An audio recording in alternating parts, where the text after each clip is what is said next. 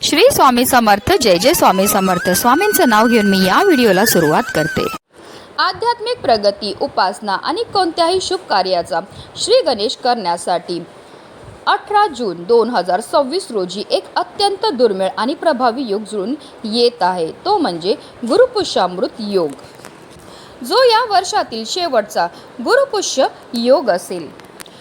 गुरुपुष्यामृत योगाचा प्रारंभ हा सकाळी 6:04 होत असून सकाळी 11:32 असणार आहे. शुक्रवारी पुष्य नक्षत्र आलं तर त्या दिवशी गुरुपुष्यामृत योग होतो. हा योग सर्व कार्यासाठी शुभ समजला जातो. या योगावर सोने चांदी खरेदी केली अत्यंत शुभ मानले जाते. त्यात वृद्धी होते. अशुभतेपासून वाचण्यासाठी गुरुपुष्यामृत योग श्रेष्ठ आहे. पुष्य नक्षत्र सर्व प्रकारच्या कार्यासाठी अत्यंत शुभ मानले गेले आहे. पुष्याचा अर्थ पोषण करणारा, शक्ती देणारा, ऊर्जा देणारा. पुष्याचे आधीचे नाव तिष्य असे. त्याचा अर्थ आहे शुभ, सुंदर, सुख संपदा देणारा. पुष्य नक्षत्र अतिशय शुभ आणि कल्याणकारी आहे. ऋग्वेदात पुष्याला तिष्य म्हणजेच मंगलदायक किंवा मांगलिक तारा असे म्हणण्यात आले आहे. गुरुपुष्यामृत योगामध्ये माता लक्ष्मीच्या पूजनाला विशेष महत्त्व दिलं जातं. तसेच आपल्याला या पूजेसोबत लक्ष्मी स्तोत्राचे पठण करायचे आहे. असं केल्याने जीवनात सुख समृद्धी येते. लक्ष्मी देवीच्या कृपेने धनप्राप्ती होते. पैशासंबंधित काही समस्या असतील तर गुरुपुष्यामृत योगामध्ये लक्ष्मीची पूजा करावी. गुरुपुष्यामृत योगामध्ये पूजा, मंत्र, तंत्र, संकल्प, साधना, जप करण्यासाठी उत्तम आहे. या दिवशी हाती घेतलेल्या कामामध्ये यश मिळण्यासाठी आपल्याला आपल्या कुलदेवीची मनोभावे पूजाही करायची आहे. अक्षय तृतीयेप्रमाणे हा दिवस शुभ मानला जातो. या योगात तुम्ही जे काही काम करतात ते यशस्वी होते.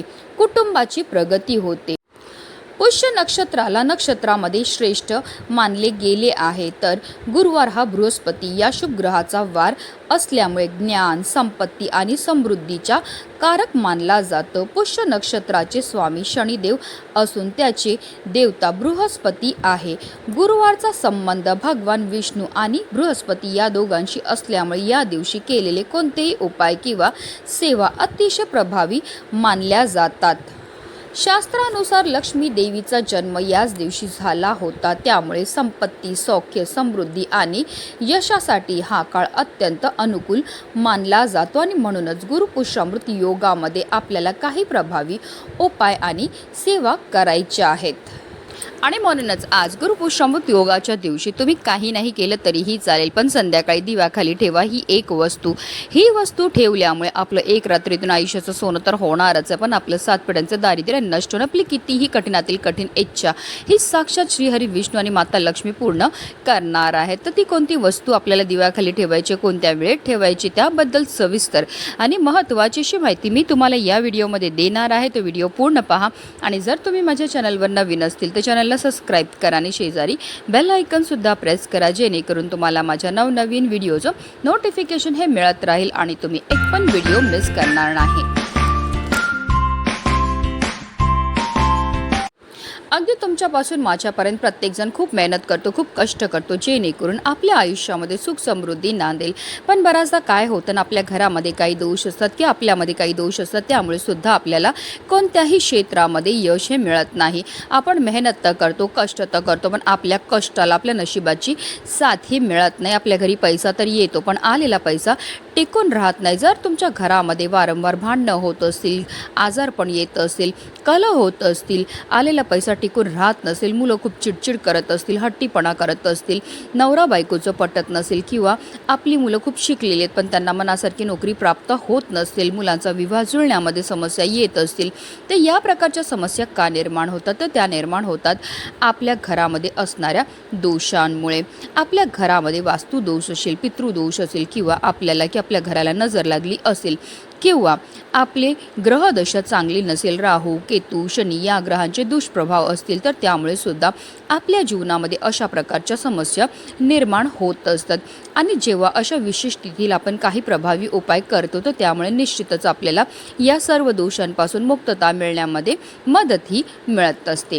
आता हा उपाय आपल्याला कधी करायचा, तर हा उपाय आपल्याला आज संध्याकाळी 6 वाजल्यापासून 7:30ची जी वेळ असते ती माता लक्ष्मीची आगमनाची वेळ असते, आणि त्यावेळेमध्ये जर आपण काही विशेष उपाय केले तर त्यामुळे माता लक्ष्मी आपल्यावर प्रसन्न होते आणि तिचं अखंड आगमन आपल्या घरामध्ये होत असतं. पण आता काही कारणास्तव जर तुम्हाला या वेळेमध्ये हा उपाय करणं शक्य नाही झालं तर अगदी रात्री 12 वाजेपर्यंत सुद्धा तुम्ही हा उपाय जो आहे तो करू शकता. हा उपाय सुरू करायच्या अगोदर सर्वप्रथम आपल्याला देवघरामध्ये दिवा हा प्रज्वलित करून घ्यायचा आहे, कारण कोणतीही सेवा किंवा कोणताही उपाय जर आपण अग्नीच्या साक्षीने केला तर त्यामुळे आपल्याला निश्चित सफलता ही प्राप्त होत असते. त्याचबरोबर आपल्याला घराचे सर्व दरवाजे आणि खिडक्या ह्या खोलून घ्यायच्यात, कारण आपल्या घरामध्ये असणारी जेवढी पण नकारात्मकता, इडापिडा, दोष आहेत, अलक्ष्मीतील आपल्याला घरातनं बाहेर काढून टाकायचं आहे. या उपायाकरता आपल्याला एक दिवा हा लागणार आहे. दिवा तुम्ही कोणताही घेऊ शकतात. तुम्ही मातीची पंती घेऊ शकतात की अगदी कणकेचा दिवा तयार करून घेतला तरीही चालणार आहे. या दिव्यामध्ये आपल्याला 2 वातीची 1 वात करून लांबवाट ही टाकायची आहे.